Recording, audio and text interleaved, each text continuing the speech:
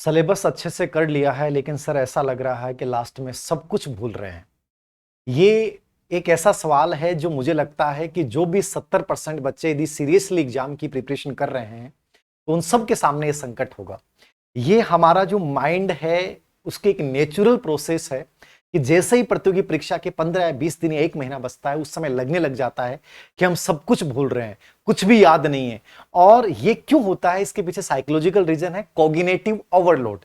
आप लगातार 4-5 महीने बहुत इंफॉर्मेशन लेते हैं, बहुत पढ़ते हैं और उससे हमारा माइंड थकने लग जाता है और वो माइंड आपको सिग्नल देता है कि यार मैं सब कुछ भूल रहा हूं। तो इसको एक नेचुरल प्रक्रिया मानना, यदि मैं भी आपकी जगह होता तो मेरे साथ भी होता है। अब यदि तुम इसको हावी करोगे कि नहीं सर मैं तो सब कुछ भूल रहा हूं, तो नेगेटिव होगा। इससे बचने के लिए 2-3 चीजें मैं खुद करता था वो बता रहा हूं।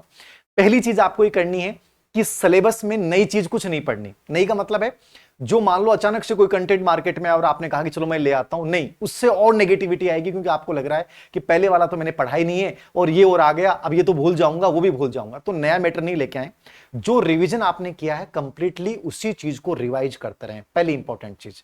नंबर 2, जो आपने किताब में या नोट्स बनाते समय जिन लाइन के नीचे अंडरलाइन कर रखी थी, मतलब अंडरलाइन वाली चीजों को आप जरूर पढ़ के जाएं लास्ट में एक बार, सिर्फ अंडरलाइन वाले को। बाकी चीजें ऑटोमेटिक याद आ जाएंगी। अंडरलाइन जहां किया है उन चीजों को स्पेशली लास्ट में एक बार फोकस कर लेना, बाकी चीजें करें नहीं करें।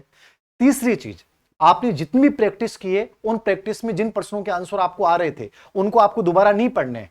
आपको केवल वही प्रश्न पढ़ने हैं जिन प्रश्नों पे आपने गोला लगा लिया या आपने क्रॉस किया कि यार ये नहीं आ रहा।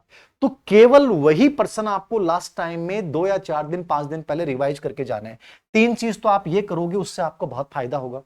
दूसरी चीज क्या करनी है आपको, अपने सबकॉन्शियस माइंड को बार बार ये मत कहो कि मैं भूल रहा हूं भूल रहा हूं भूल रहा हूं।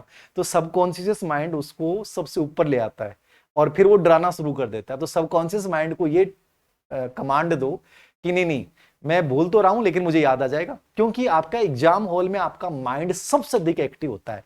और वो जितनी भी चीजें आपने 2 महीने में पढ़ी हैं, स्पेशली 2 महीने में, या जो चीजें आपने समझी हैं चाहे वो 6 महीने पहले की, वो याद आ जाएगी समझी हुई चीज तो। लेकिन आपकी पढ़ी हुई चीजें लगभग महीने 2 महीने की सब चीजों को रिकॉल कर लेगा। लेकिन अपने माइंड को कमांड यही दो कि मुझे ये चीजें याद आ रही हैं। और तीसरी सबसे इंपॉर्टेंट चीज ये करनी है आपको, यदि आप कर सकते हो जरूर करना। मैंने इसको बहुत यूज किया और इसका बहुत बड़ा फायदा होता है, आप कभी भी करके देख लेना। कि आपको लग रहा है मुझे कुछ भी याद नहीं हो रहा, आपको जिन विषयों में लग रहा है कि मुझे कुछ भी याद नहीं है उन विषयों के लिए ब्लैंक पेपर लो, आप व्हाइट पेपर लो और उन विषयों के जो मेन टॉपिक हैं उनके मुख्य मुख्य पॉइंट आप बिना देखे लिखने की कोशिश करो। जैसे आप मुख्य मुख्य पॉइंट लिख लोगे ना, आपको 3 या 4 दिन में 70 से 80% चीजें वापस से रिकॉल हो जाएंगी, कॉन्फिडेंस बढ़ जाएगा कि याद है। तो मेन पॉइंट ब्लैंक पेपर पे हर दिन 3 या 4 विषयों के मेन जो टॉपिक थे उनके मेन पॉइंट वापस से आप शॉर्ट में लिख लो। इससे आपका कॉन्फिडेंस आएगा कि यार चीजें याद हैं, मेरे ये सब चीजें याद हैं, इसका मतलब वो चीजें भी याद हैं। और चौथी और अंतिम चीज जो आप कर सकते हैं, मेरे अनुसार करनी चाहिए, इस समय थोड़ा सा डिस्कशन मेथड को अपनाएं।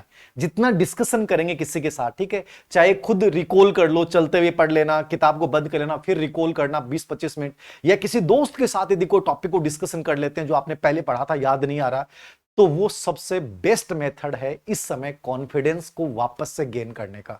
और ये हर प्रतियोगी परीक्षा से होगा, दिमाग में रखें। एग्जाम हॉल में जाओगे सब के सब चीजें याद आ जाएंगी। ये कॉग्निटिव ओवरलोड की वजह से होने वाली एक स्वाभाविक प्रक्रिया है, इससे कहीं घबराने की जरूरत नहीं है, सब बेहतर होगा, याद रखें।